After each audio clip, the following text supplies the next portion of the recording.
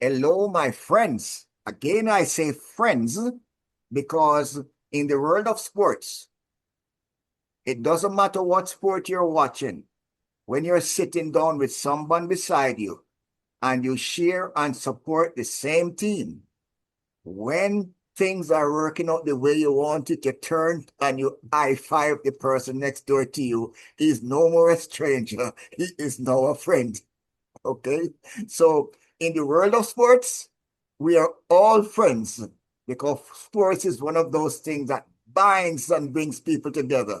It is the bridge, it is the neutralizer. So again, I say welcome and thank you for your consistent support. Thank you for your sharing. And thank you for the comments that you make that makes our people tune into John's Sports Corner to look at the white here that we talk about. Okay, among other things. And I say welcome again because on this program we have our special sportscaster for the Caribbean community, and of course our special data analyst. And both, of course, members are connected to the first World Cricket Hall of Fame. John as a member of the Cricket Hall of Fame and Dale as the honorary secretary to the first World Cricket Hall of Fame. So again, I say thank you. Remember, all the cokers in one basket. And let me turn you over at this time to our host on this platform, none other than the Honorable John Melbourne. And thank you, gentlemen.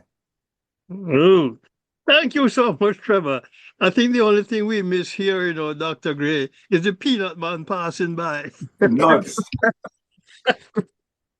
But a very good afternoon to our family and friends who are locked into John Sports Corner once more.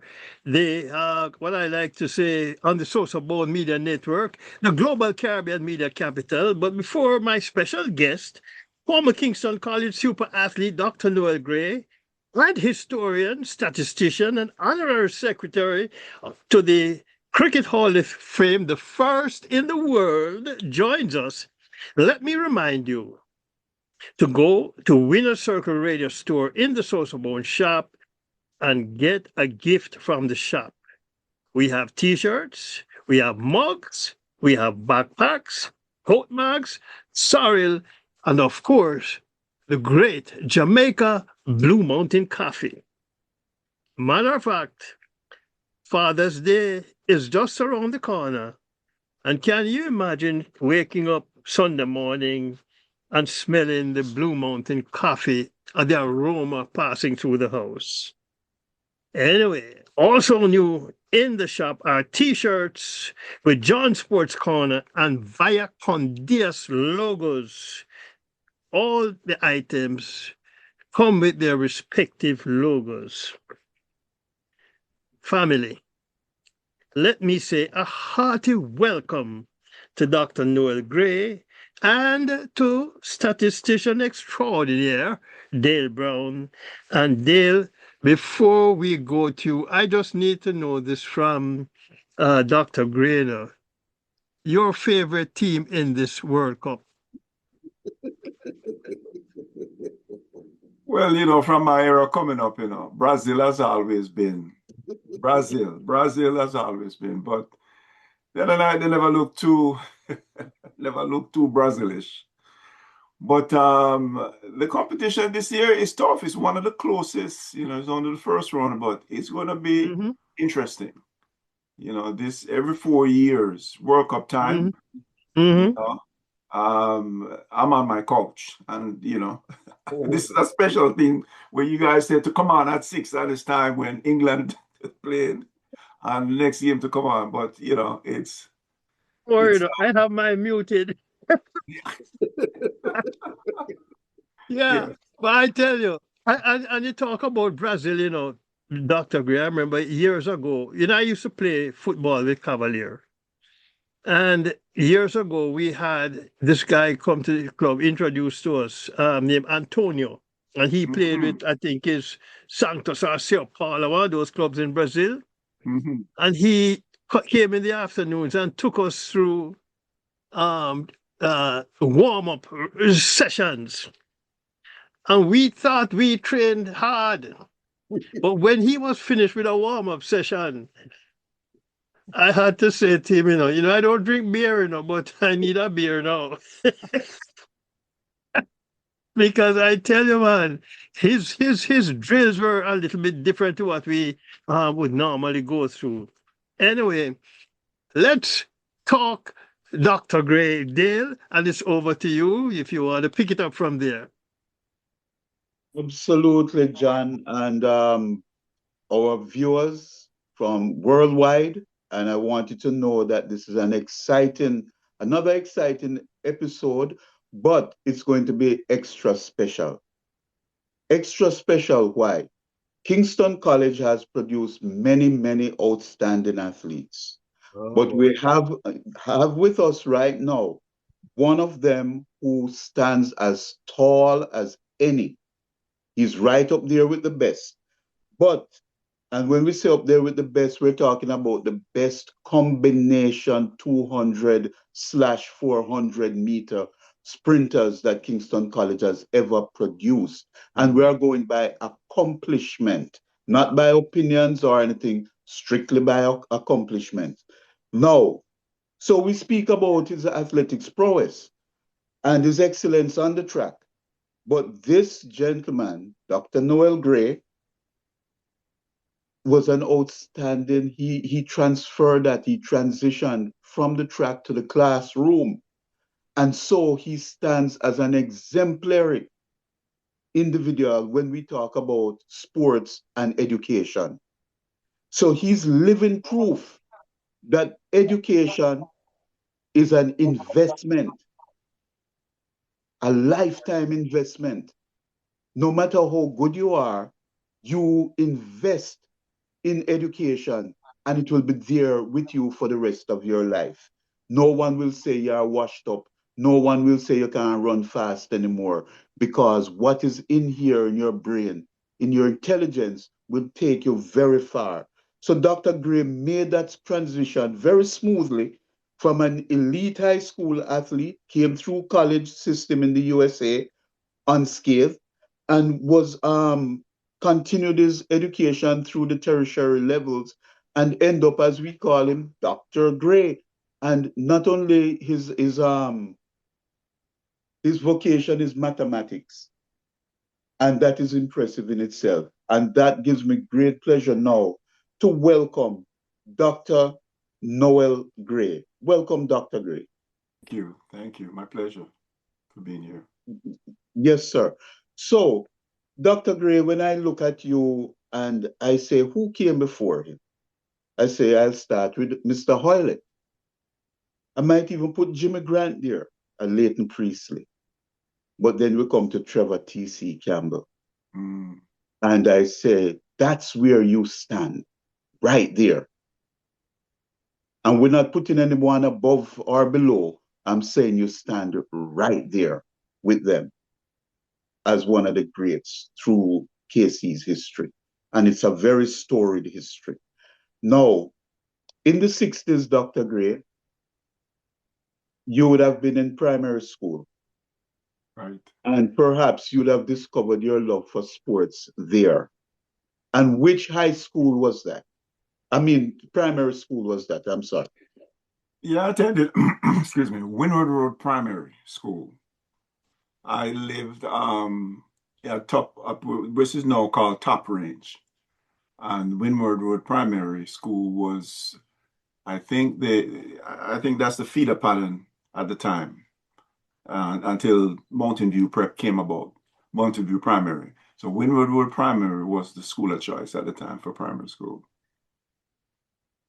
Okay, and at Windward Road, I know that you did not get through from Windward Road, you didn't get through to attend Kingston College.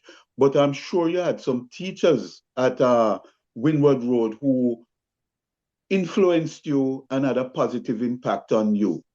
And you care to name one or two of them?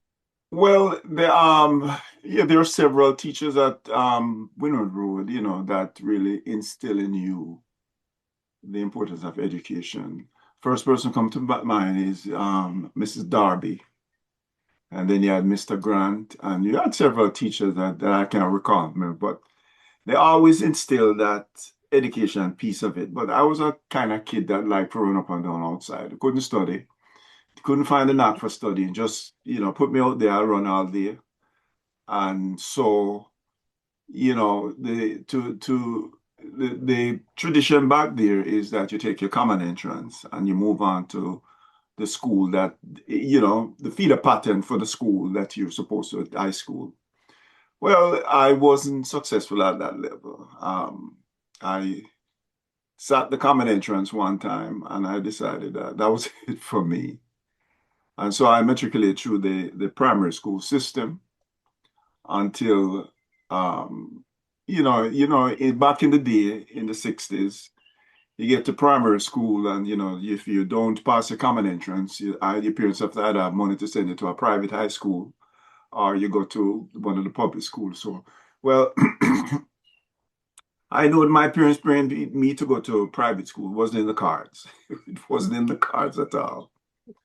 So I, worked my way through the primary school until the last time, till I get to the point that, there was schooling time for me. But as part of the athletic part was concerned is that, and some of you, since you guys are, from my era, well, on Thursdays, they used to have the girls go to cooking and sewing. And then the boys would go on the field and play, cricket or football, whatever season is in, or thing like that. So, I look forward to that. And when I found out that I could move my one leg in front of the other without, quicker than most of the guys, would line up every day on the run from one end to the next. And I always win, I always come out on top, run from, it was about 100 yards or so. And I've always win. And that legend went on for a while throughout the last 2 years of primary school. Or the last year, I don't remember quite. And every day I get a new challenge. I hear that somebody leave the school this year and he's good and things like that. And I was up to the task each time, And so that's where the running part of it came in. I knew within myself that, I had some kind of skills in there when it comes to running.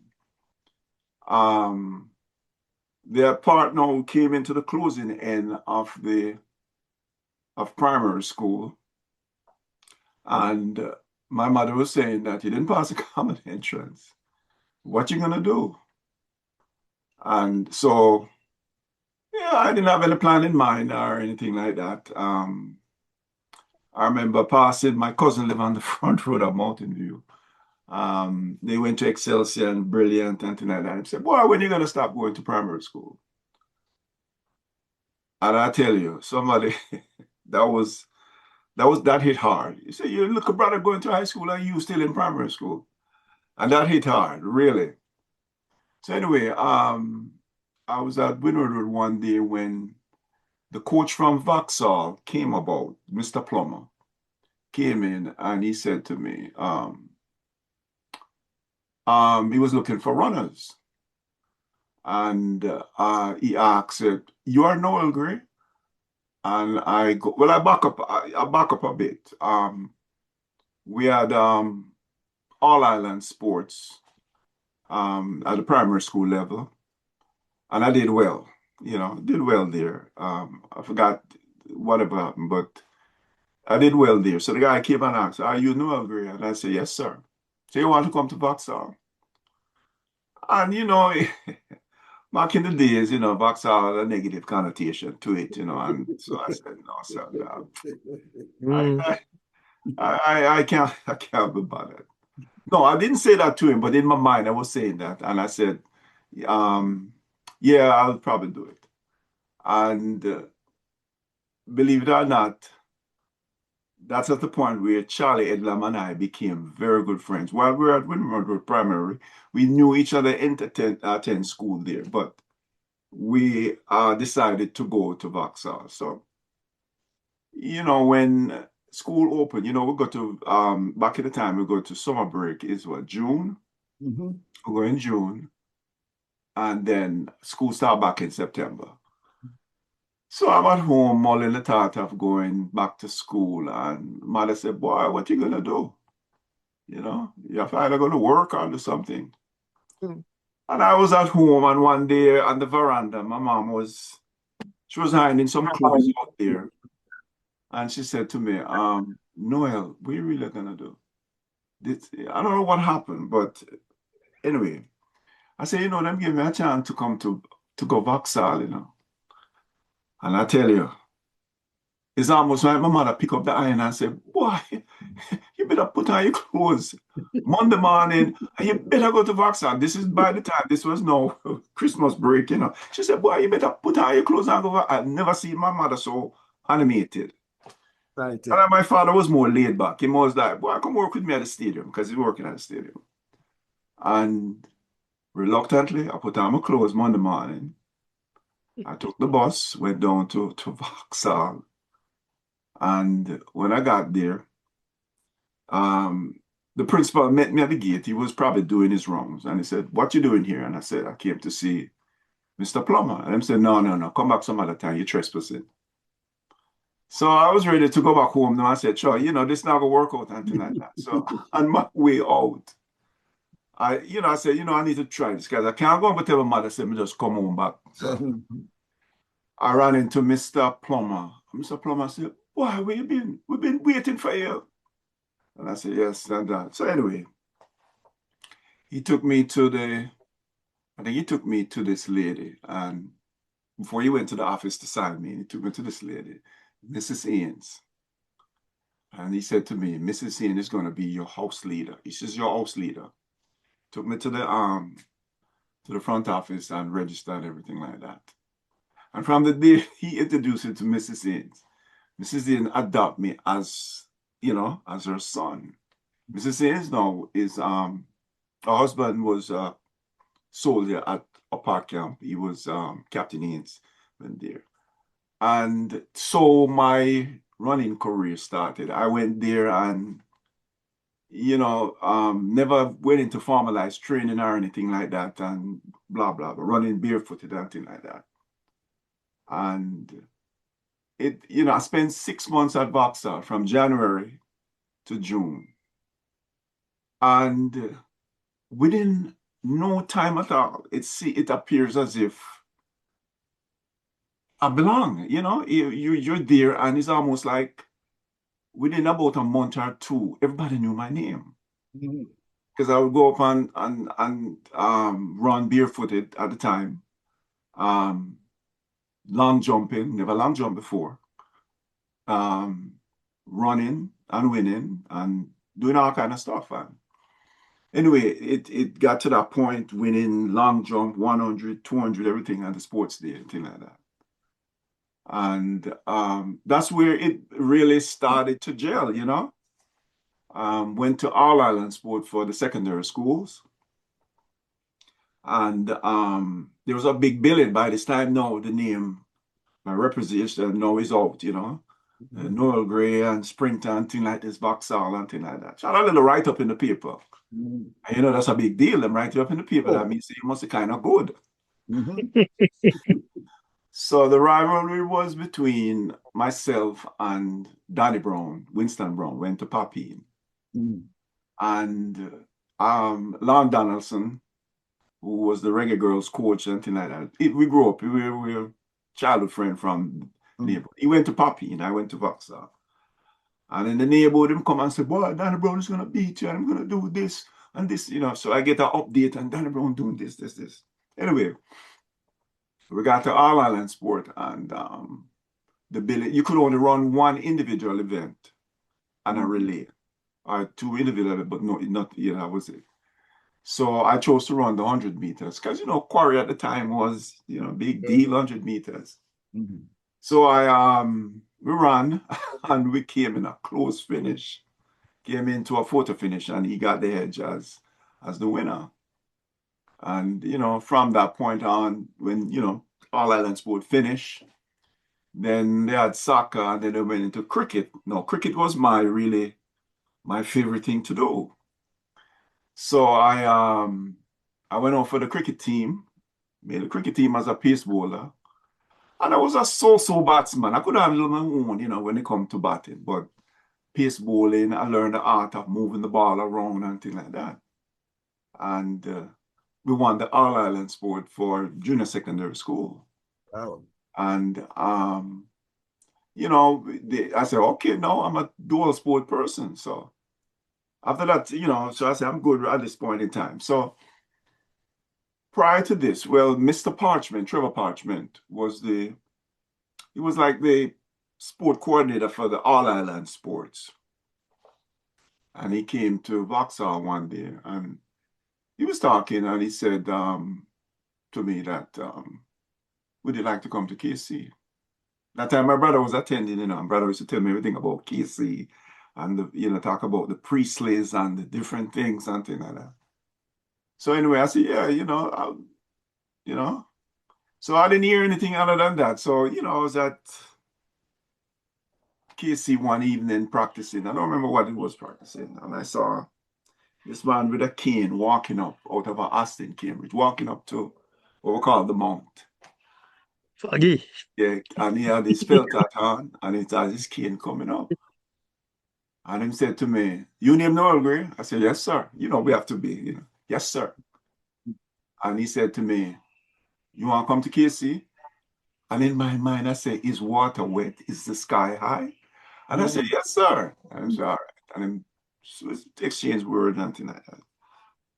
So anyway, we went through the cricket season, end up getting most wicket, we won everything, which was outstanding and things like that. So here comes another segue in my life now, after Vauxhall now, that was it. That was the end of the road, really. And I hadn't heard back from Foggy. My mother worked at Excelsior in the cafeteria. And Carlton Bradshaw was the coach at the time. And he said to my mom that I need to come and see him because we wanted to come at Excelsior. Because, during the course, we ran some dual meet and I was beating some of the high school kids and, in my level and things like that. And, I said to myself, but Excelsior good enough because it's just 15 minutes from my house. But my brother is going to KC, and KC is really, who would not want to go to KC? And so it got to the point I never heard from Foggy. And one day I was sitting on the same veranda and I saw this car pull up to the gate. And the person asked, this is where the Grays them live? And he said, I saw him and I went out to him and he said, Noel, you're starting summer school on Monday. All right. And so when so Monday came and I'm going all excited. I'm saying I must be going there. So I show up for school on Monday, and lo and behold, you know who was the summer school teacher? Mr. Douglas Forrest, the principal of KC. Mm-hmm. And I'm going, wow. In that class, that same summer, it was Charlie Headlam, Alton Dallas, and a few other athletes that were in that class. And I think there are a couple of kids who had passed the grade 9 achievement test. That was a second chance test for you could move on to high school.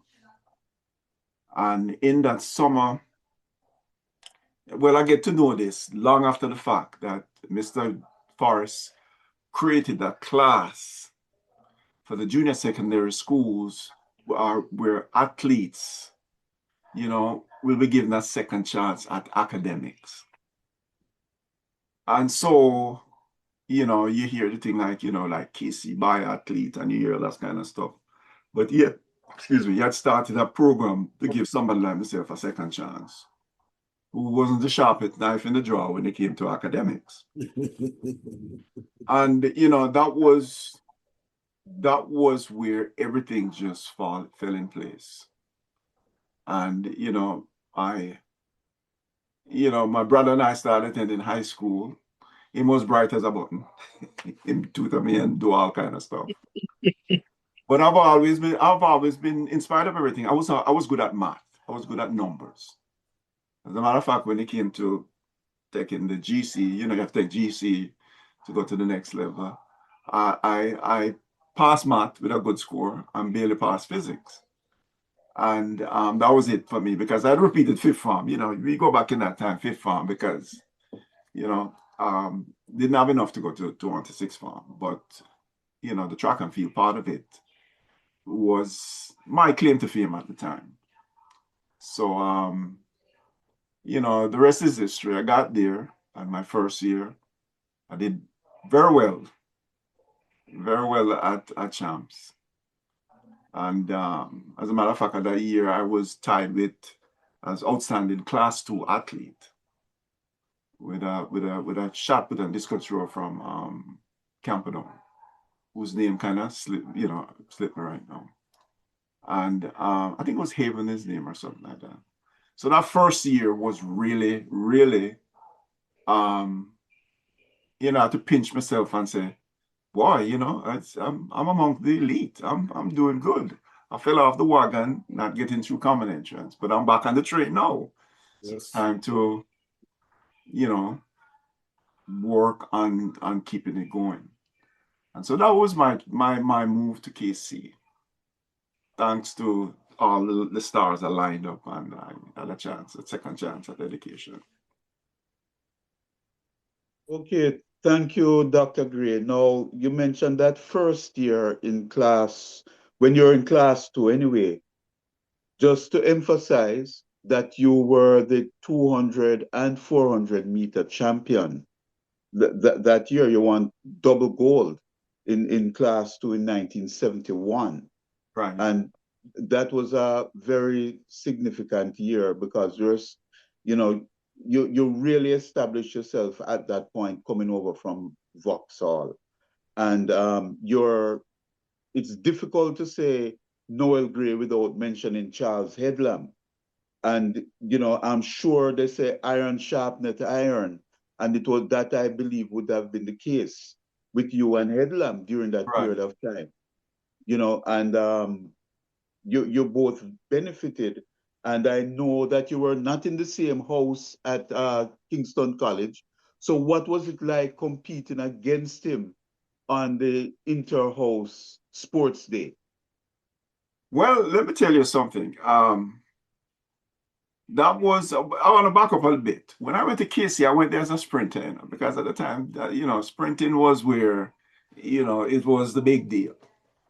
And after winning sports day, the 100, the 200, and the 400 and other stuff, Rupert Eilert was my coach at the time. And one evening, I went there to practice, and I was called aside. There's the coach at the time, called me aside and said, Mr. Eilert, Coach Eilert wants to speak to you. And I'm going, what do you know? So I went over to him, and he said, Noel, I think you'd benefited from running the 400 meters, I go, what? Yeah. We're going to make you a 400 meter runner. And I go, so what about the 100 and the 200? He said, no, man, forget about the 100. I said, oh, Lord. And I cry all the way home. And I'm saying, wait a minute, no, you're putting me into something that, I'm not familiar with. It was depressing. It was really depressing. But anyway, I'm a gamer, and I say, I can overcome certain things. But training at KC during that time, Trevor Campbell, TC used to be, I play soccer, and then him join us later on. And training itself was something else. When you have a Charles Headlam and a TC can be training with them, it's almost like you're champs every day. Because them don't let up. It was brutal. We go to Sands, because we used to go to Sands on Sunday. Pick you up at the house, and right at the circle, the roundabout, them drop you off. You have run down to the ship and run back.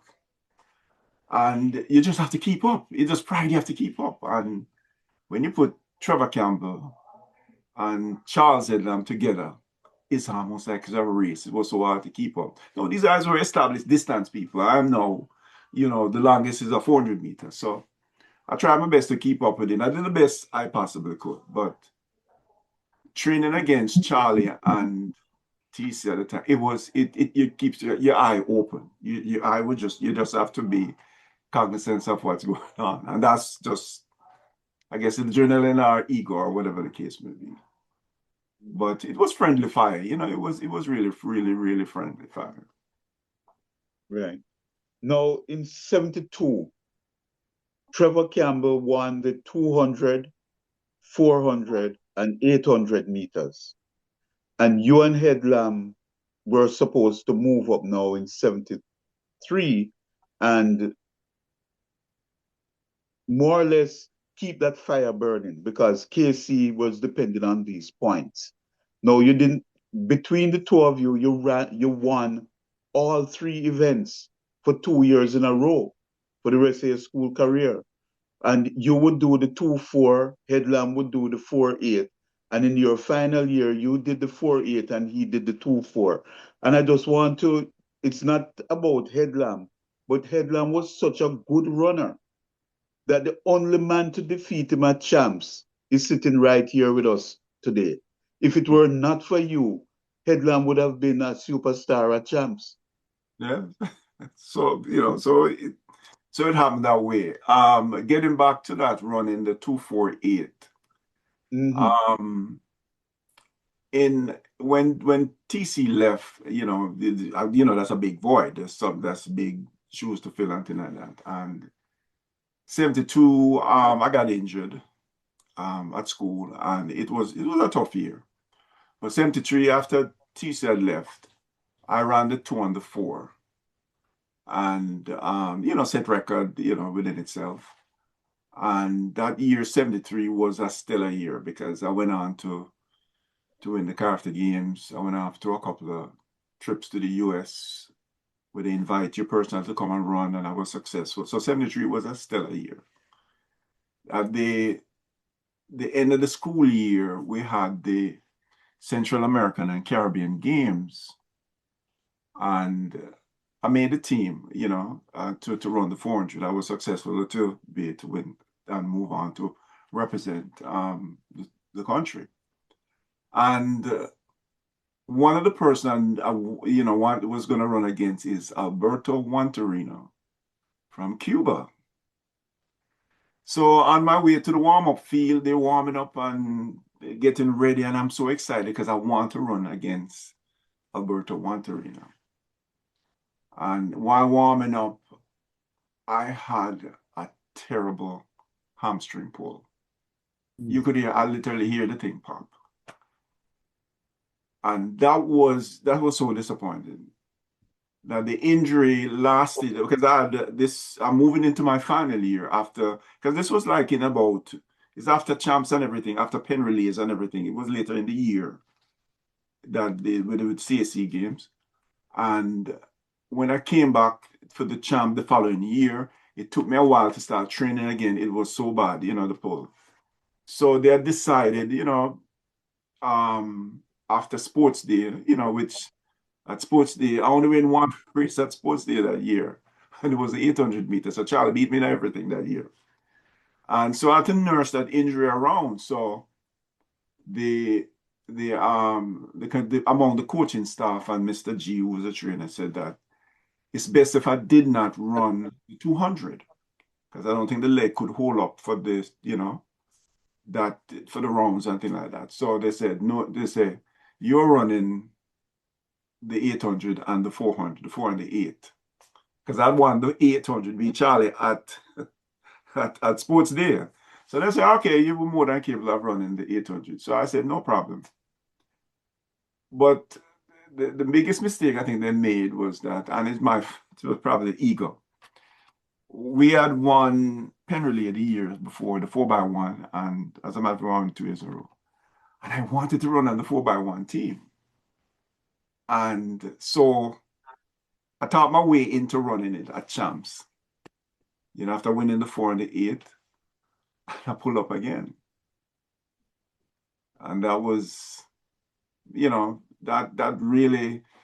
injury that I had back in 73 never went away. Every time I got competitive, it would be all throughout my college career, that was a nagging injury that kept me at bay most of the time.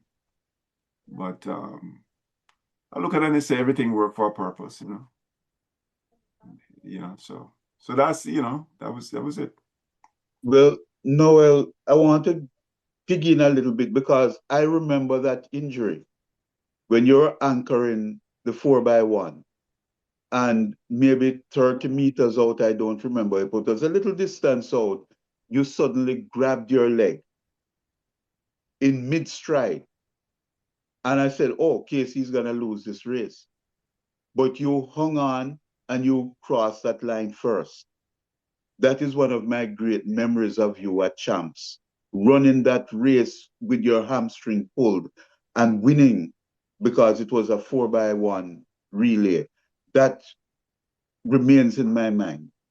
And there's another race at Champs, a 4x400 meters race at Champs, where somebody tried to run you down. And they did run you down and they got their nose ahead and looked like they were going to beat you. But being the champion you are, you rallied on the stretch and beat them in the last couple meters. Do you remember that race? Yes, sir. My dear friend, Jeff McLeod from Cornwall College, who I have so much respect for, boy, because that was what you call a student athlete. He was phenomenal in the classroom, and on track, boy, you have to keep your eye open. As a matter of fact, yes, within the last 10 meters or so, I think you caught me, or less than that. And I guess with the will and drive and thing like that, you said to yourself, so, boy, I can't make this happen. I can't really make this happen. So I had to pull deep with everything that I had to cross the finish line. And he did the same thing to me again in the Carifta Games. I think weeks or months later, he did the same thing. I got on the straightaway, and there I see Jeff in front of me, and I go, "Oh God, you hear this thing repeated itself." And I had to muster everything in my body to catch him. Maybe it's the KC will, the brave may fall, never yield. Maybe it's that KC spirit that I had that said, you're a champion, so you can't get to the guy who, and it's things like that that keep you going. It's when the challenge is up. What I learned over the years, and KC somehow filled into my scheme of thinking is that you may fall, but you don't yield. You keep going. You may, I think Michael Jordan, I want to put it that success is, standing up one more than you fall down. And I always try to live by that thing, as far as that is concerned. The KC brought that out in me with their motto, with our motto, and I know Mr. Melbourne can always think about this. The brave may fall, but never yield. Never yield. We may come second at a time, but guess what? We keep playing the drums because we know there's always a next time. Mm-hmm. So, I am always running into those 40s, boys, man. I swear. You mean the guys who belong to the cult?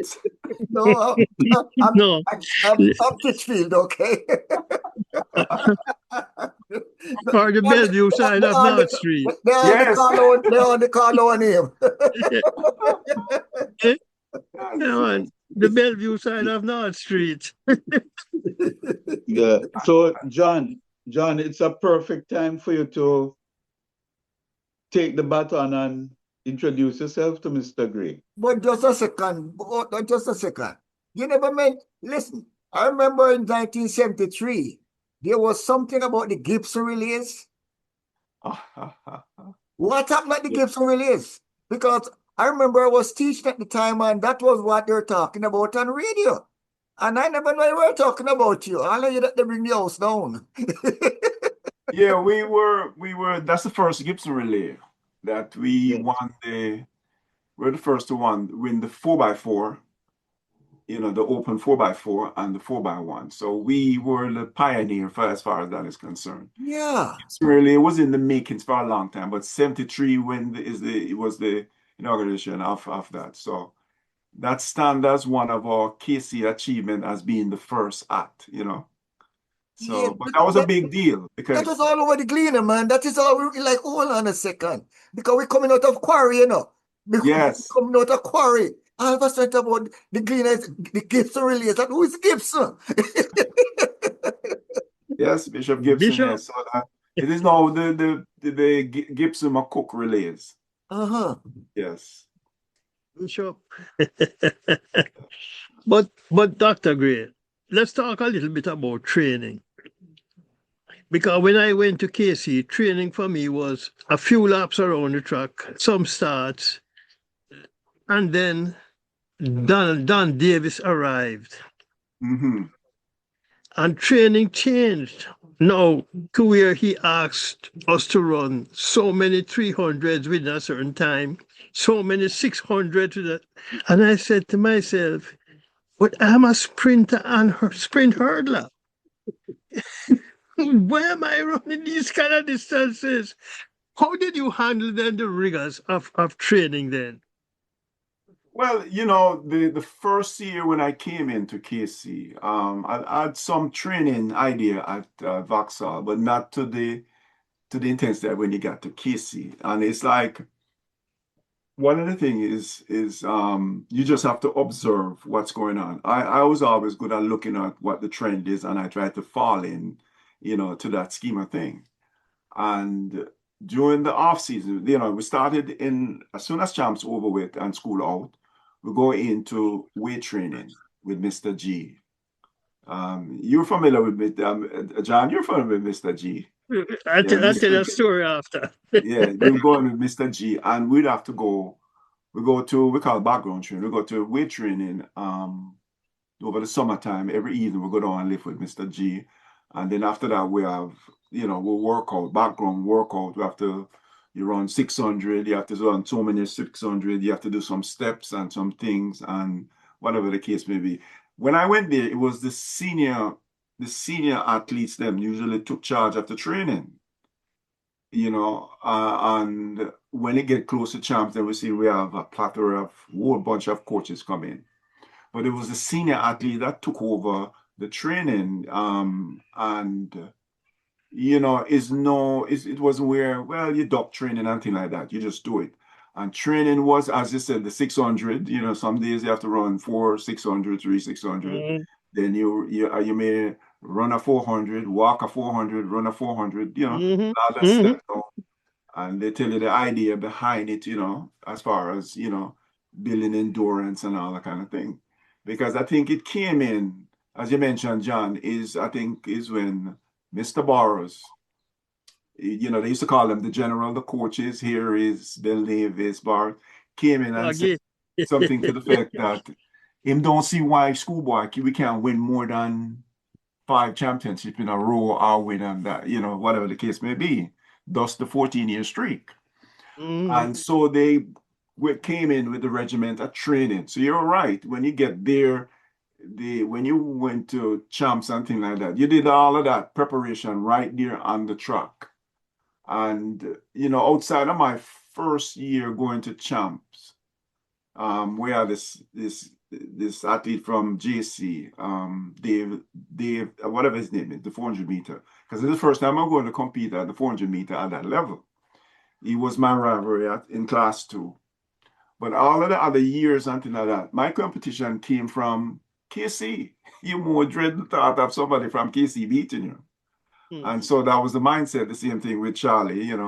We were fortunate enough that no other athletes from another school run in front of us. So that's something we'll hold on to for the rest of our lives. But yes, the training that I went into that KC was there from the onset. Donovan Davis came in and opened how it should be trained, how people should train, and then I came in on that part of it when it was already established. Well, I went to training one day, and Mr. G had the weights lined out in Yes. rows. So I stood behind man and I look at it. So I put on more weights. So he's ready to go through the session now, and he's looking at me. I'm not saying anything. And I don't really pay him any mind. And then he looks at me and he says, "What's the matter, Sonny?"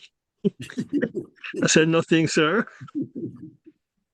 And he pointed the weights and said, "I am not here to build Mr. Jamaica. I am here to make you strong to play sports." Yes, yes, yes, So yes. I had to remove the weights that I had put on. And Yeah, during that time we were there, and I think, Mikey Holden was there every day during our track time training, working yeah, out. So it was not anything that come out of nowhere. He was there religiously lifting weights with us and down with Mr. G, you know, yeah. and I think that was the mindset of the entire athletic program, that you had to be conditioned, you know, Hmm. in that way. So, you know, Gentlemen, you're lucky because I remember two things: push up and laps. And the ah, medicine board. yeah, Yeah, we the went, medicine board. Push we went up. a little bit deeper than that, boy. Yes, yes, yes. Yeah. But, overall, that's, to this day, I still adopt that KC principle. It's when I'm to college, and I usually revert back to that, when it comes to life, or when it comes to, whether it's academic or anything like that.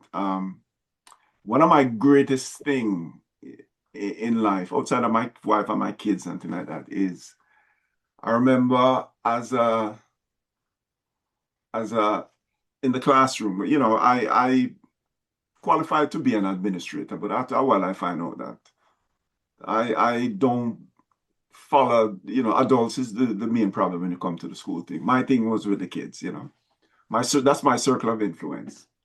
And I became department chair for mathematics at the high school level. Then I went on later on to adjunct professor at the college level, teaching statistics and math and dissertation and all that kind of stuff. But you talk about transition from track and field. It wasn't as easy, leaving college and then you have to go out and grow up and be. It wasn't as easy. It took me a little while to realize that you know an athlete's lifespan really is a very small window, and if you don't Mm. accomplish anything within that window, Yes. it's going to be difficult. So it took me a while to realize that you're not in Jamaica running champs, or you're not at NCT doing that. You need to go out and get a real job. And you don't have the time to develop professional sports. And so it took me a while to realize that, um, I need to move on, because at that time in 1980, I got married, having kids, and I decided that going back to school would be the best thing. And, I kind of backed into being a teacher. I usually put myself as Sidney Portier to serve with love, waiting on that big Mm. engineering job to come. And so I got into the classroom as a substitute teacher. And it became natural. It became a natural thing. And trying to speed it up, it's like I said, I'll go back to school. So I went back to school. I got my master's in math education and start teaching. When you start teaching, you get the low level class, and after a while, you move up to the higher level classes. Mm. Yes. And so, I got rave review from the teachers and whatever the case may be. And I'm going, boy, these people are good for my ego. So my wife went back and got her master's. And I said, follow suit, and went back and got my doctorate. And so I had the chance to become an assistant principal. I did a couple of interviews, but something that's just was not where I would be more impactful. So I stayed in the classroom, department chair, and the leadership team, working at Nova part-time and things like that. And getting back to the point, my greatest honor to this day is when my alma mater, I got a call from my alma mater through Ollie Hewitt and Teddy McCook, that they wanted me to come back at Casey to be the principal. And I said to myself, you're kidding.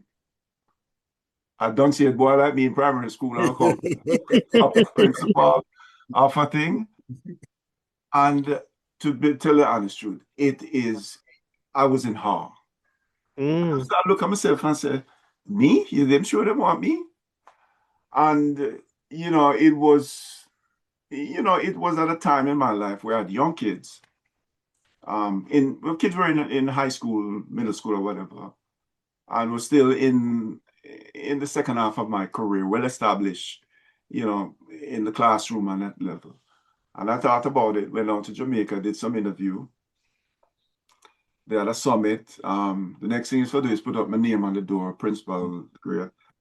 And I had to gracefully decline because at the time it would not be fair to my family to take on a role like that.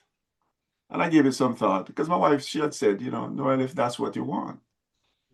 And I made the decision. That's when my family needed me at that time because I want to do a selfish move going back to KC and do all of that. But I tell you the truth, that was an honor that I'll take to my grave that I said, that I compared to it and said that, boy, the Almighty God has a sense of humor. Here's a kid that could barely study. Studied, struggle to make it through college, until you get to a point where you develop the studying skill.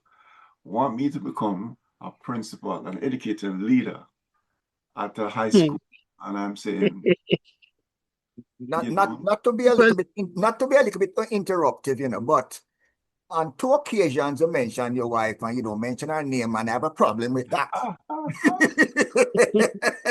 I met her in college. Her name is Annette Brown. She's from Montego Bay. Okay. She hails from Montego Bay. She moved to the States I think she said in 68. So when I came up, I met her in college. And we started dating, I think, at the second year in college. And in Gainesville, Florida. So she graduated as a nurse. And she went on to get her doctorate too. As well, a lot in common when it came to family and education. And so we've been married now for 46 years. This past May. And we keep it going. We have 4 grandkids. Let's back up. We have 2 kids, my son and daughter. They're doing well. My son is a police officer, and my daughter has her own business as being a modeling coach and things like that. So they're doing pretty good. They're doing well. My wife and I are retired. I think we kind of have a mirror here, Dr. Gray, because my wife was born in St. James also. Ooh. And come July, we'll be married for 45 years. Whoa. We are the same train. Yeah. But let me ask you this. What role, or did your parents have a role in your athletic development? You and your brothers and your sister? Yes. It's I always refer back to it and say I have a mother. Mother was the driving force. Because my father was typical of the male at that time, he would do him little sporting and whatever the case may be. And overall, he'll go out and make the money and bring it home and say, do whatever you want with it. But my parents were very supportive, especially when I got into sporting and education. They were big into it, more my mother than anything else. And the thing about my mom, I don't remember if she ever saw me running at any point in time. And she she always instilled in you and said, you know, with all this running thing and thing like that, make sure you get a piece of paper, you know, that was her main thing. As you know, brown skin picnic have the same luck. So that was always drilling into her head. So the and my parents would be hard pressed to find any school they have ever attended in Jamaica. You know, at that time, you know, it was that situation. But my family played a big role. They're very supportive in my family. As a matter of fact, I want to share the story. I don't know if we run out of time. After I had my tail end at the University of Florida, my brother Kenneth, affectionately known as Sonny, he went on to KC and he became an athlete within himself. You know, as a matter of fact, he's the only one in my family who went on to the Olympics. And I couldn't be any more proud of him. But I remember Champs 79 when I went down. No, I was there. After Champs, my brother Ronald sent up the clippings of what took place at Champs. And I saw Kenneth Gray did this, something like that. So I was very close to the university. So I took the clipping into the coach at the time and I said, look, this is my brother in Jamaica. He did such and such and such. Believe it or not, you know what the coach said to me? When can you go down to Jamaica and sign him? And I'm going, huh? Mm. And they said, we'll prepare the ticket and blah, blah, blah, blah, blah, blah. And we can always pay for the hotel. I said, no, I stay at my parents' house, something like that. Stupid me to take the money, right? Anyway, I flew down to Jamaica and there was a meet or something like that. I don't remember what it was at the time I was running in. And I mentioned to him that, you know, I went down with the I-20 paper and everything because he said he wanted was to come there. So anyway, in the meantime, I saw him talking to this guy in the corner. And they were in a conversation and I walk up and I recognize the person. This was Dave Emery, who had won, I think, the 400-meter hurdles I think it was in Mexico City. Yeah. And he was talking to him about coming to Boston College. So I stood off a back and he was talking. And I heard my brother say, no, I'm going to the University of Florida with my brother. And after that, I talked to him. I said, you sure this is Dave Emery? And I could tell you a thing or two. He said, no, I'm coming to the University of Florida. So you're talking about Little Gray? No, not Little Gray. Little Gray is the one that followed me. Yeah, he ran with you in the relays. Yes, he ran with me in the relay run. Yes. Okay. Yeah, Little Gray is deceased now, but you know his memory is yes. He became a medical doctor for many years in the South Florida area. But this was the third one. This was Sonny Kenneth, yeah, because he was there, and he went on, came to the University of Florida, graduated, you know, did his thing, and you know he's now retired now because we're not old people.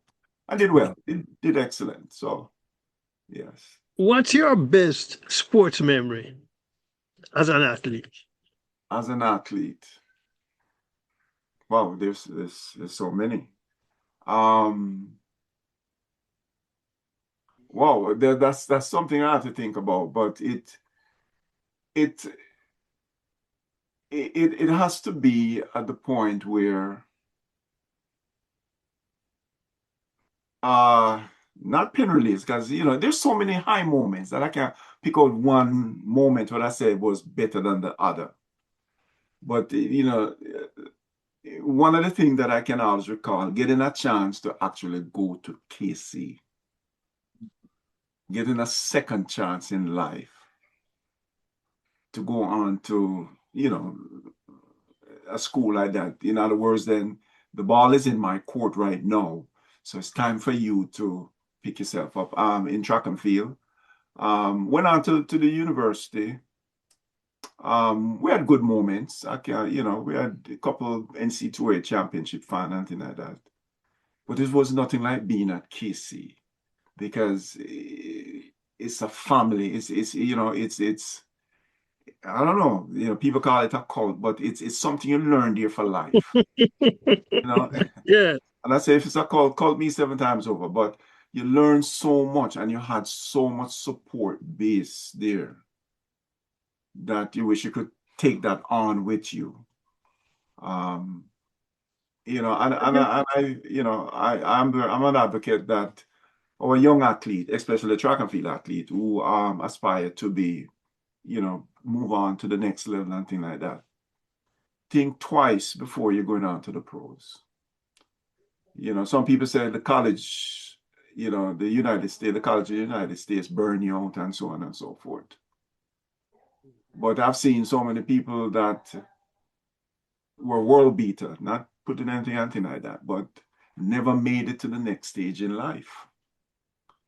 And sitting at age 71, almost 72 right now, I would say it's the grace of God that really helped me to transition from different phases of my life, And I enjoy my athletic career. It was stellar. I love my sport and things like that. But my greatest joy in track and field is not one event. It's just how it helped me to grow up, to grow into adulthood. Was your Brother fifth John, event? from an observational point of view, and that is, I'm looking at you and Dale and John, and it comes to me like, do we still have that type of bonding with our schools that you guys went through? Because when I'm talking to Dale, it's all about Cornwall College. When I'm talking to John, it's all about KC, and you're coming in with same impact. Are our students having that same type of, relationship and effect? Because our student associations we have now is being represented by your generation. Okay? And when we're talking about the support that the schools are getting, it is from your generation. So do you think that this is being transcended now into the coming generation? Because I'm listening to you guys, and you guys are all, you're deeply, associated with what that school has done for you all. Okay? Do you think that is being carried forward? For me, I would not be qualified to say that because I've so far removed from Jamaica for so many years. I live here in the Fort Lauderdale area, and I'm always an hour and 20 minutes away from Jamaica, and I go back often. But I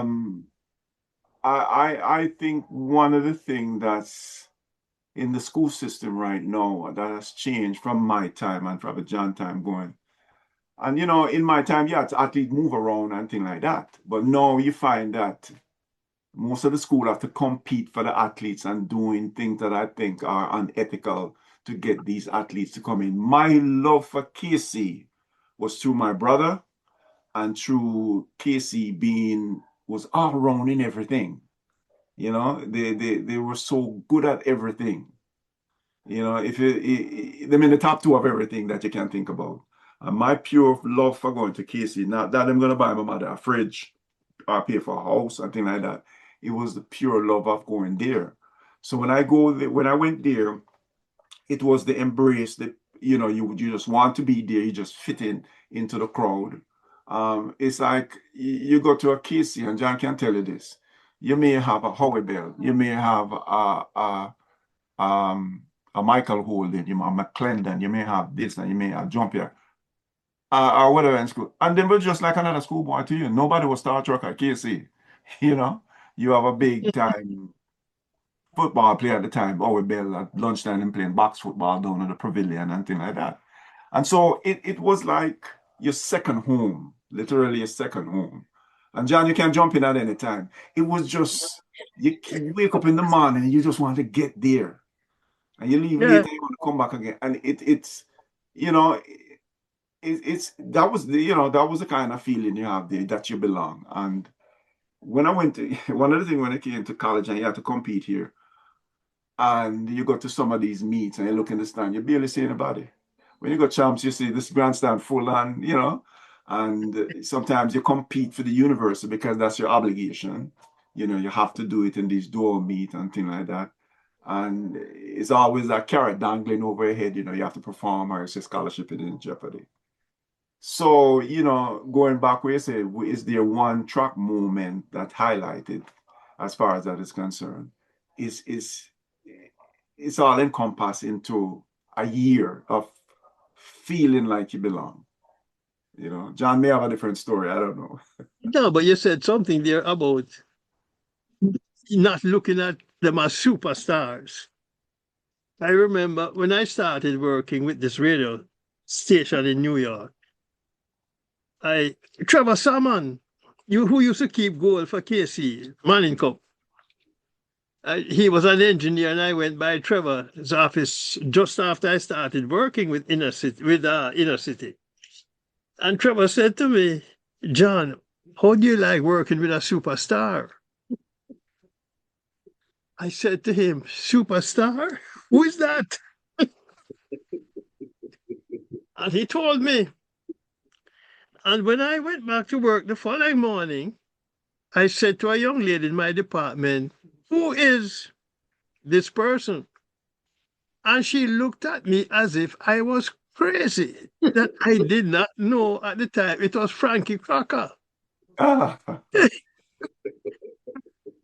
As if, "Are you crazy? You don't know who?" I said, "But as far as I'm concerned, I went to school with a lot of superstars, and me and them used to play football and run. I don't look at anybody as superstar."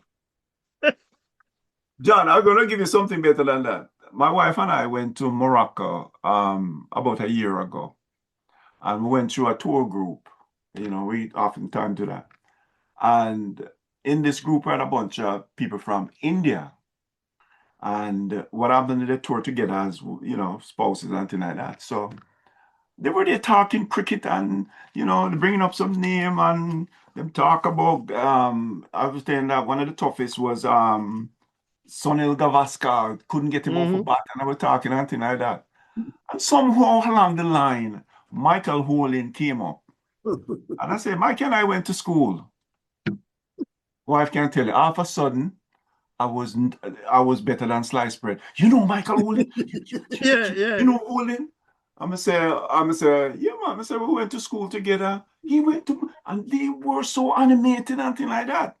So I Yeah. said, you know, so I said to my wife, say, I want to do something more better than that. So I called Mikey. No, I text Mikey and I said, Mikey, I'm in Morocco. I need some people, they worship the ground you fall on. And him said, they call me Big Gray, right?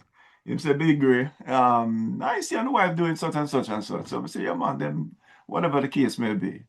And so him text me back and everything like that. So you know, Mikey, all in political thing, him said, don't make Morocco fool you, because them no feel say them are African. Anyway, so I say, Mikey, whatever. So I kind of take the text him back and I say, guys, I was talking to Mikey last night and this is what him said. Oh my God, for the rest of the trip, I was a celebrity. Mhm. This is how much in India, you know, that they were revering him and things. So we came back and, you know, I was talking to him and him said, well, Mikey's very humble, very Mhm. humble, very, very Mhm. humble guy. So, Mhm. when you talk about John, you talk about starstruck. We don't really get kissy. We don't get starstruck No, because sir. no, no, sir. It's You, you, I don't know. I don't know. you know that Oh, Dale did you spoke. you know Dale did an in-depth interview with Michael Nolan about 8 weeks Yes, ago. he sent Okay, he okay, sent it to me. Yeah, he sent it to me. okay. You spoke about. You mentioned Douglas Forrest earlier, Dr. Gray, and I'll say this to you. I too, when you got the fifth form, you took a screen test to see who at that time who was going to take senior, Mhm. and I failed the screen test. So he said to me, "Oh, you're young. You can do it next year." Well, I failed even worse the following year.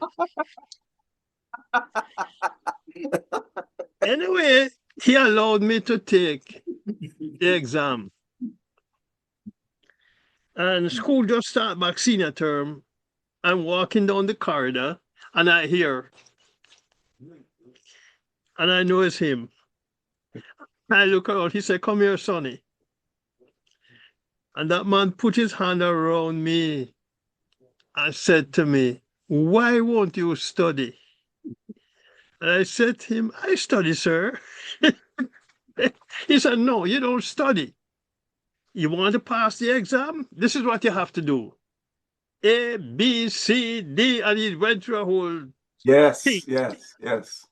And I went home that evening, and my mother had this clock that she had not used for however long, sitting on top of her dresser. That and I took the clock, set it for 10 o'clock to alarm and went to sleep. So I'm going to start, and I started studying that very evening. Yes. Douglas Forrest. Did you learn any of his poetry? Did you learn any? No, I got a caning from him one day. Oh, really? Yeah. Paul Nash, Dwight Anderson, and Perron Harris and myself were in the assembly hall playing football with a orange boots, carton box. Yes. Who burst in? No. Dogs. And he knew everybody in that school by their first name, you know. That's right. Mr. Gray. Oh, Lord. I think, you know, it was such an experience with him as principal, you know. I don't know how many schools experience that kind of, they have that experience with their principal, but boy, he was something else. He was so down to earth that, you know, it's unbelievable. It was, you know, I don't think you can replace a principal like that. And on top of that, of course, I sang on the choir. There's some story go along with. We were going on a concert in the country, and said I wasn't coming to choir practice. And one evening I snuck past the chapel going home. And I am standing at the bus stop at Crossroads. And this youngster comes and said, Mr. Forrest wants you. I said, Mr. Forrest? Then he says to me, are you going to sing in the concert? I say, yes, sir, but I need to go home. I have to do something for my mother. It's go home. I go home to go play football, you know. Oh, boy. Oh. Well, let me ask you, your pet event and your best event, is there a separation?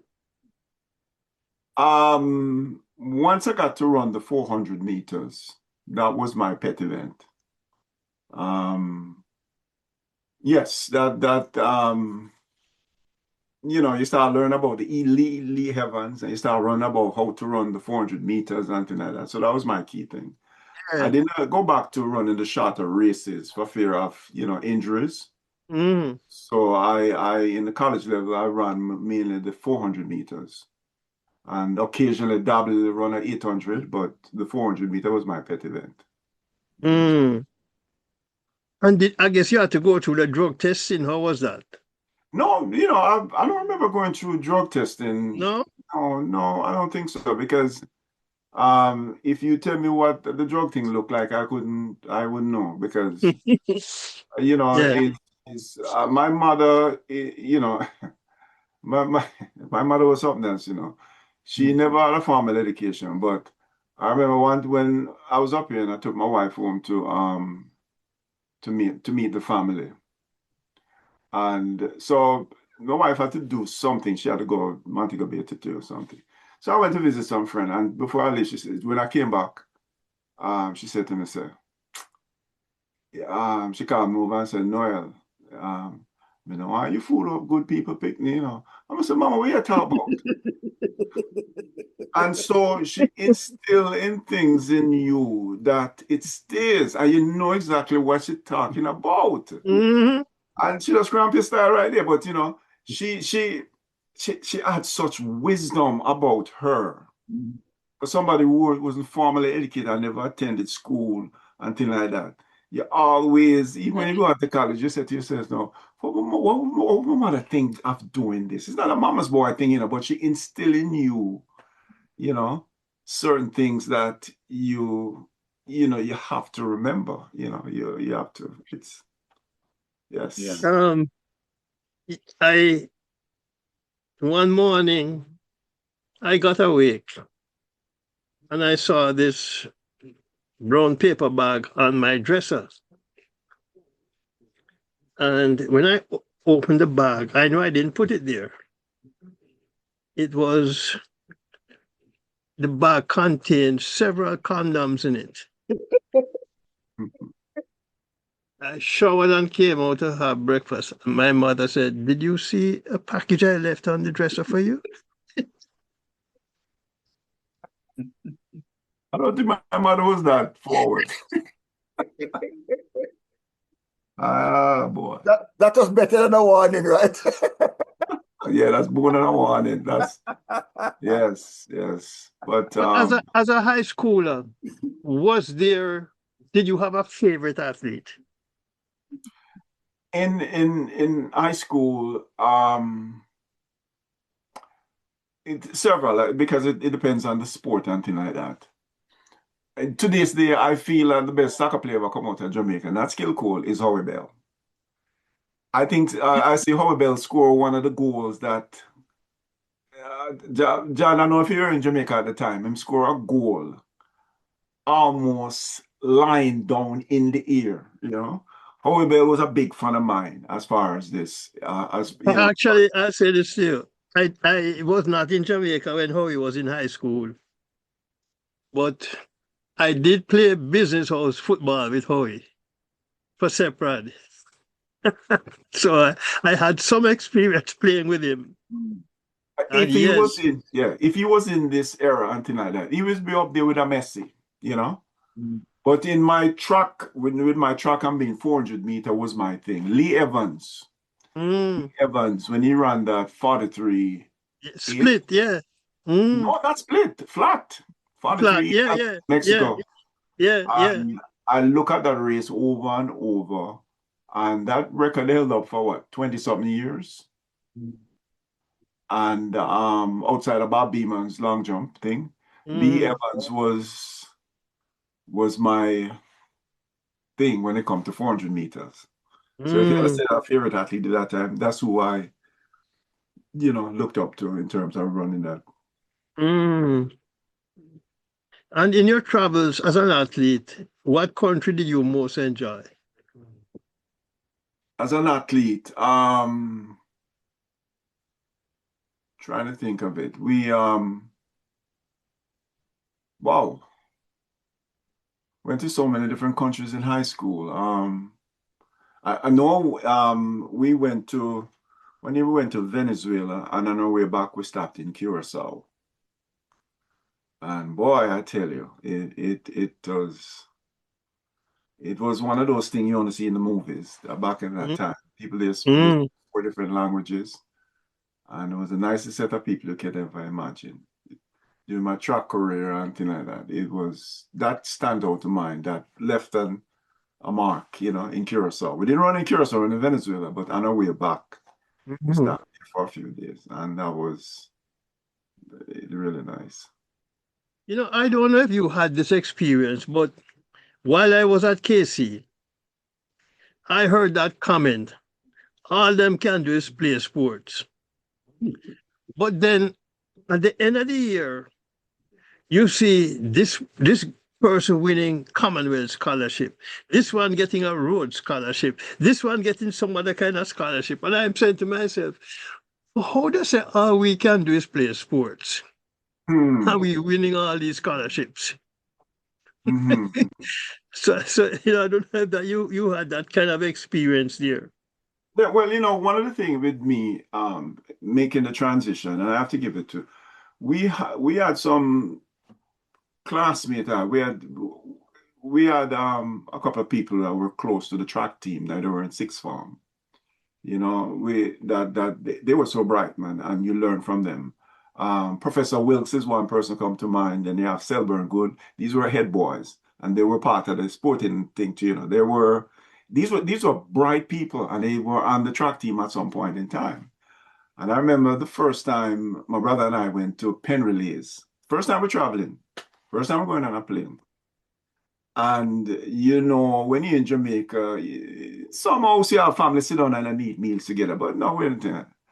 And we actually went out and you sat at a table and the food is coming along and you said to yourself, so you start looking, brother, start looking at me, you start looking at him.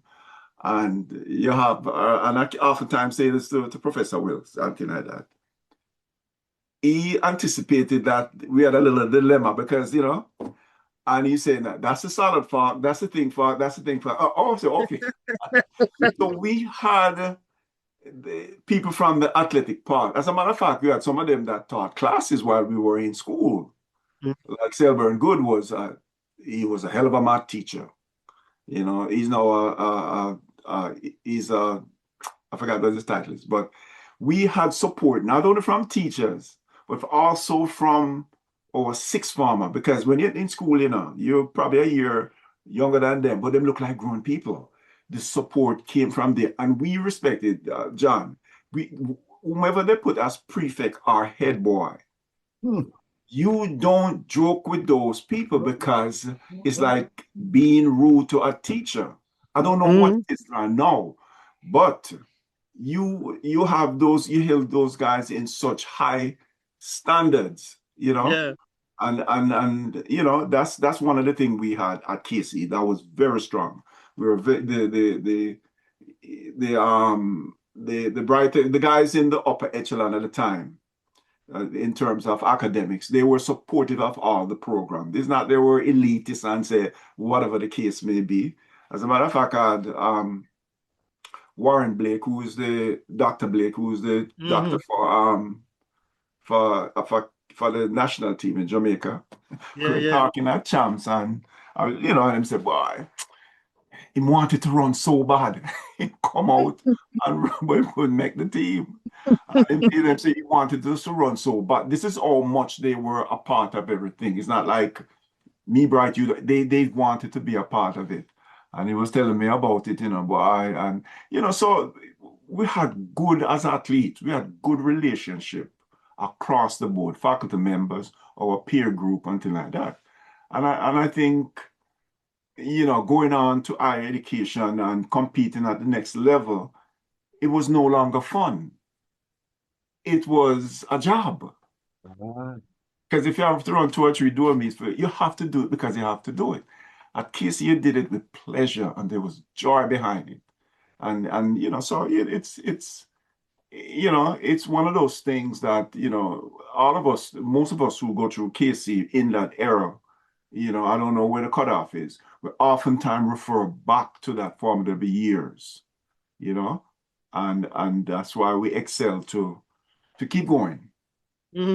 Brave may fall, but never yield. We may have disappointment, we keep going. Yes. Would you say that there are greater expectations, and you expect that you had more accountability to them, that is to keep on moving up?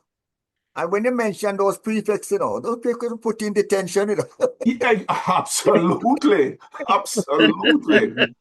And I think that's what's missing in our culture right now. Because I hear some horror story. Because, we started, a group of us started what we call the focus group. So we tried to focus on the track team. And one of the things we did was to provide a stipend for a trainer. Because for many years, we had key athletes at KC was injured leading up to champs. So we said that's an area that need to be addressed, because we know Mr. G, and Mr. G was, when it come to that, he was chief cook and bottle watcher. So we're sponsoring as far as that is concerned, because we wanted them to feel what we felt when we were at KC. Yes. And one of the things that I have, and I think John, we started the trend in 62. I ran on a champs team that won for 14 years. And so I don't know, when I recruited the people to focus, I wanted people who were in the same thing, that never attended KC during the time when they lost a champs. So we had that to boost 14 years in a row.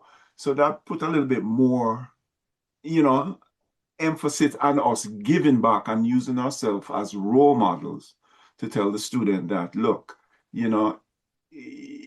at any point in time, things go bad, you have to keep moving. You have to keep on moving. So what advice would you give today to a youngster going from high school to college? It depends on the route. If the route is academic, if it's athletics, right? There has to be a balance. At some point in time, going on to college, the main thing you have to do is surround yourself with people who are aspiring to get a college degree. In other words, kind of mimic how they study, see how they do things. You don't have to be a sharp at them, but just see how they do things, how they get through certain things. And that's one of the things I learned over the years, go to people who are successful at what they do. If you win $1 million, you're not going to the guy in the corner to tell you how to invest it. You have to find the people who are successful and mimic what they're doing. So young athletes coming out in terms of, if they're academically inclined, the chances are they don't need that discipline in terms of that. But for a young athlete, a star athletes coming out of college, they have to keep in mind that, yes, it's nice to go to all these fantasy games. It's nice to break all of these records and things like that. But you have to prepare for that next level, of adulthood, because I've seen a lot of athletes in my time. They were very good. They never finished school, and they become like a ward to the state. It's sad. It's very, very sad. Very, very sad. Mm-hmm. So my advice to them is that, prior to leaving high school, find a way, to be friendly with the books. I would, because that's the getting a college degree is for life. Having an athletic ability has a shelf life. It has a point when, I look at Usain in his last race ever, and when injuries start to set in, and the commentator was saying they were appreciative of what he did and said, the great man, it ended on a note that we don't usually used to see. Mm-hmm. I was disappointed when he came back to run a world championship, because I look at people like Muhammad Ali. I look at all those great fighters. They stayed around just too long. Yes. And with track and field, because the shelf life is so short, by the time you reach 30 these days, it's overweight. You have to go to get something that's gonna make you survive for the next retirement age is what, 65? So you have 30, no, you have 35 more years to live. And I don't know with track and field now, with the money in it, I don't know how they can sustain, the shoe company can sustain the sponsorship, because it's like, I look at our 100-meter runner, Boaji, and things like that. He went straight to pros. And that was very risky. That was, I think he's like 3 or 4 years removed from that situation. Mm-hmm. And that window, as I say, is very, very tiny window. Mm-hmm. And, you have people like Usain Bolt and Shelley. They're anomalies. They're, whatever the case may be, the twins are doing pretty good. But I look at Boaji and things like that. No, he should be at the point where a world beater at this point, and I don't know. Mm-hmm. I feel for him. He has not broken 10 seconds since high school. Yeah, and the thing is that I tell people, when I was in school, when what's his name ran 9.8 in Mexico City, that stayed around for a very, very, very long time. Now you find at any given day in the country, there are 10 people running under 10. Mm-hmm. And if you cannot run under 10, you probably don't even get into the next round. And so I think they did him a disservice when they gave him and said, go to pros. And I have the backstory on it, but I won't go into all of that. But I feel for somebody who have traveled down that route, I feel for him, because it takes one nasty injury, and that's it. Mm-hmm. That's it. Mm-hmm. One of the things that we have spoken about across the board, whether it be with Dale or with John, is what type of preparation do we put in place, even from a governmental level, to protect our athletes, knowing that the the time space that they have is sometimes unpredictable and very short. For example, we talk about kids who go to represent our country. They go to the pen relays. And when they get back home, gold, silver, and bronze gets all the claps. Yes, yes. Okay? And it's like the rest of them never went to anywhere while they were out there wearing the country's flags. What type of preparations do you put in place, locked in place, so that if they develop medical issues, you know, that derails their profession at that time, that they are covered, okay? Not that they're home and suddenly they're on their own. We went through that with the music, where you would have musicians and you hear their music playing on the radio every day and they can't feed themselves. There you go. There you go. Have we learned anything from that? And learn to protect our treasures, our ambassadors, you know, not just the 1, 2, 3, but the 7 to 10, but the 3 to 10 or the 4 to 10. Okay. And I said, if we do not speak about certain things publicly, then it drops underneath the carpet and it never gets addressed. That is so true. You know, I can't speak from where the government level is concerned. But I know in the past, that's a subject that came up about, you know, like myself as an athlete that went through the system, went on to college and things like that, should be mentor for young people, aspiring athletes and what want to go on to college and things like that. What are the do's and don'ts they need to have in place? And I hear you mention the people who came fourth and fifth and say they never get mentioned. There should be something in place, whether you come first, second, or third, to advise you going forward. And I don't think they have anything like that in place at the government level. I think I know at Casey we try to promote. I think they, you know, telling athletes, you know, the next step, the next level, or whatever the case may be. But from what I'm hearing now is this, whether it be track and field or football or whatever, the parents have such stronghold on their kids in terms of if you have a soccer player that's going to play for Manchester United, the parents them calling the shots and the school them don't, and whatever, them have them personal coach and everything going through that. This is where we are, I think, in Jamaica, where the parents have a stronghold and then them have agents and them have this and so, you know, the athletes get lost in the shuffle. They get caught between the parents and the agent and the things that are happening. But you know, that's something we need to look into, you know, about the athlete, the student athlete that, you know, we're not as successful as I am. I don't know if it's luck or whatever to get to where I'm in my adult age, that I don't have to be, you know, passing out the hat for help or anything like that. But it should be, you know, that's something that's food for thought. And I don't know where our government body is, you know, where it's at this point. Well, Dr. Gray, good news for you. We at Cornwall College have a robust scholarship, what you would call mentorship system. And it comes from the diaspora and a few persons down on the ground at Cornwall. Where we have established contacts with coaches over here. And most of our athletes that come here and get a full ride scholarship, they never even made finals at champs.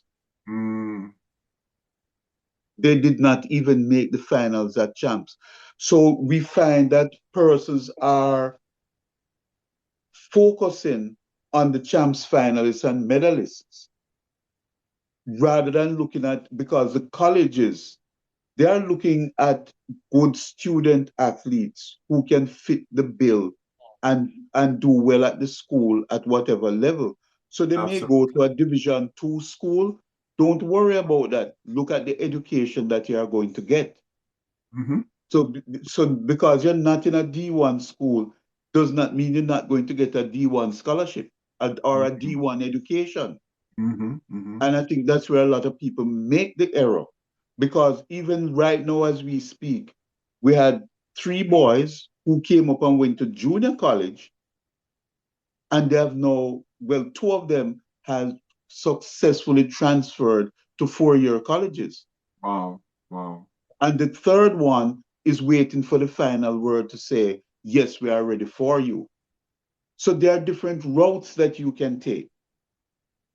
And to get the same end result, it's an investment. And Lord knows, it's not the government that is driving these things. Even with rebuilding after Melissa, it's not the government that is doing it. It's people in the diaspora who are sacrificing and helping. And one Yes. of the things I say, if we sit down and wait, nothing will be done.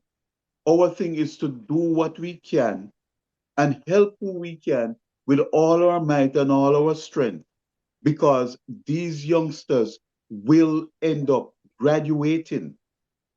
And I had to speak to one of them a few weeks ago that, listen, the scholarship that you have, my own child was not able to get that scholarship. Right. But I'm pushing for you to get it. And I think that, it is not as bad as we may think, because this year we had about, I think, maybe about 65 athletes in Division One that made it to the regional finals Mm-hmm. before they got to the NCAA actual championship finals.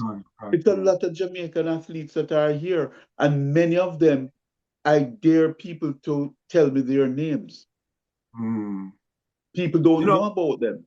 Yeah, we have a chapter in Tampa, KC chapter in Tampa, and they try to do similar thing. If they know the kid's gonna be in school there, they try to reach out to them if there's anything they need and to function and things like that. Yes. And at times they come up against roadblocks, because some of the roadblocks is, you have other people saying things in their ears otherwise, that's not looking out for their better interests, and that's where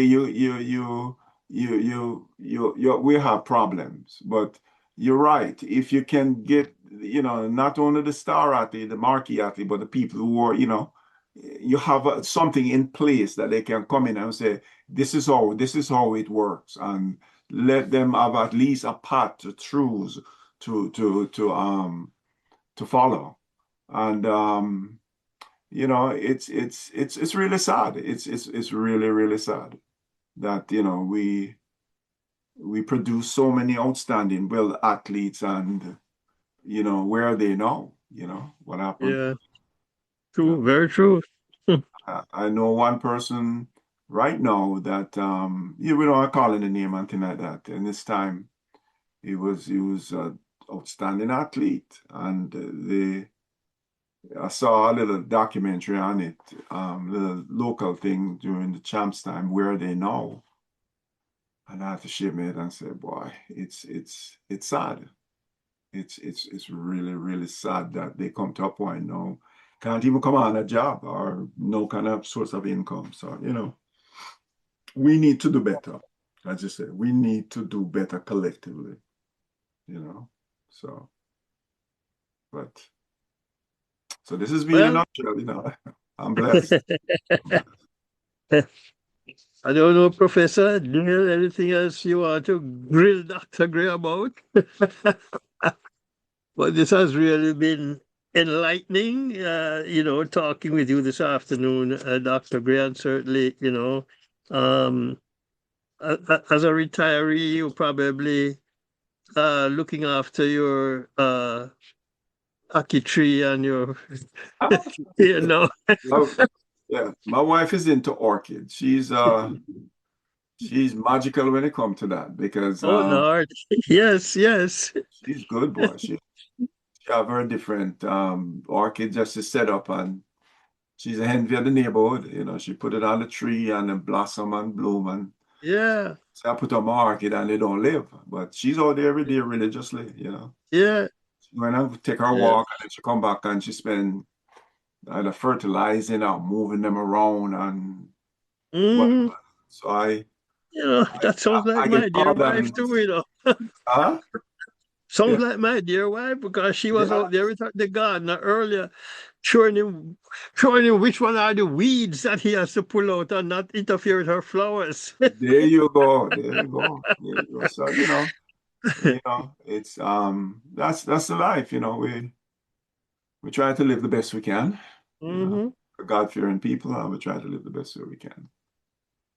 Well, thank you so much, Dr. Gray, for joining us on John Sports Corner this Wednesday afternoon. And, hmm, probably this won't be our last conversation. Yeah, absolutely. Yeah, we can keep it going. Yeah. Thank you so much. My pleasure. My pleasure for being here. And thank you, Dr. Gray, for accepting the invitation. And let me tell you, you pace this 400 meters perfectly. Thank Even you. if you were running out of lane 8, it was still perfect. I appreciate that, sir. Thank you. That's it. Gentlemen, let me say thank you so much, Dr. Gray, for coming on this platform. You have exposed so much to our community, okay? And there are many ways and there are many places that people will be able to identify themselves with the different segments of your presentation to them this afternoon. I can't thank you enough. So let me say that when you do get back to Jamaica, I hope you will visit Windward Road Primary Yes, School, yes. so that when you walk inside there and you see those students, that teacher will be able to point to one of them and say that you're sitting in Dr. Gray's chair. Okay. And the type of mentorship and the type of motivation that brings is priceless. Okay, priceless. And I'm telling you, John is always Casey. They lives and breathes and eats Cornwall College. Yes. I see that. Yeah.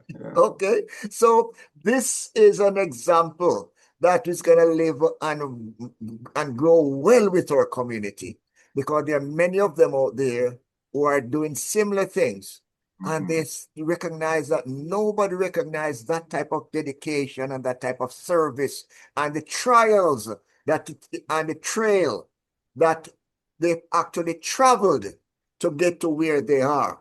Because even I just spoke about scholarship and overage.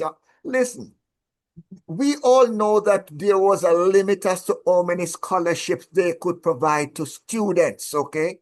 There was no failure rate, okay? You could only take 2 from this school and 2 from this school and 3 from this school. That's why the next year they bring in the overage scholarship so you could go back now, okay? Yeah, And yes. that was well documented and well exposed, okay? So thank the good Lord that maybe things are better now, okay? But no, the diamond rises to the top. And in this case, as we say, Dale finds the diamonds and John finds the diamonds. And yes, thank you so much for being with us. We are looking forward. And of course, this platform, as I said, is being embraced by our diaspora community. Okay. And many people have said to me, Trevor, we see ourselves in so much in our legacy series. Wow. Okay. They see themselves that you are presenting. Okay. And this is not something that we had access to before. Because when you're talking about some of the athletes that were running, we never had television those times. True. Okay? So you're giving us a live feed of what you saw when people were running. And I pray to God we had a video. Okay? So when you can recount some of these historical things that happen, it is the history being carried forward by word of mouth. Yes. Okay? Yes. And that is how we normally used to carry our history forward. Okay? So, gentlemen, I cannot thank you enough for, for this service that we are providing to our community. We might not know, but 40 years from now, they'll still be listening to your story. Okay? And they will know where they are coming from. Okay? Powerful. This is powerful and priceless. Yes, priceless. So, gentlemen, again, I say thank you, and we look forward to continuing this as time goes on. Thank you so much. Okay. Thank you. All right.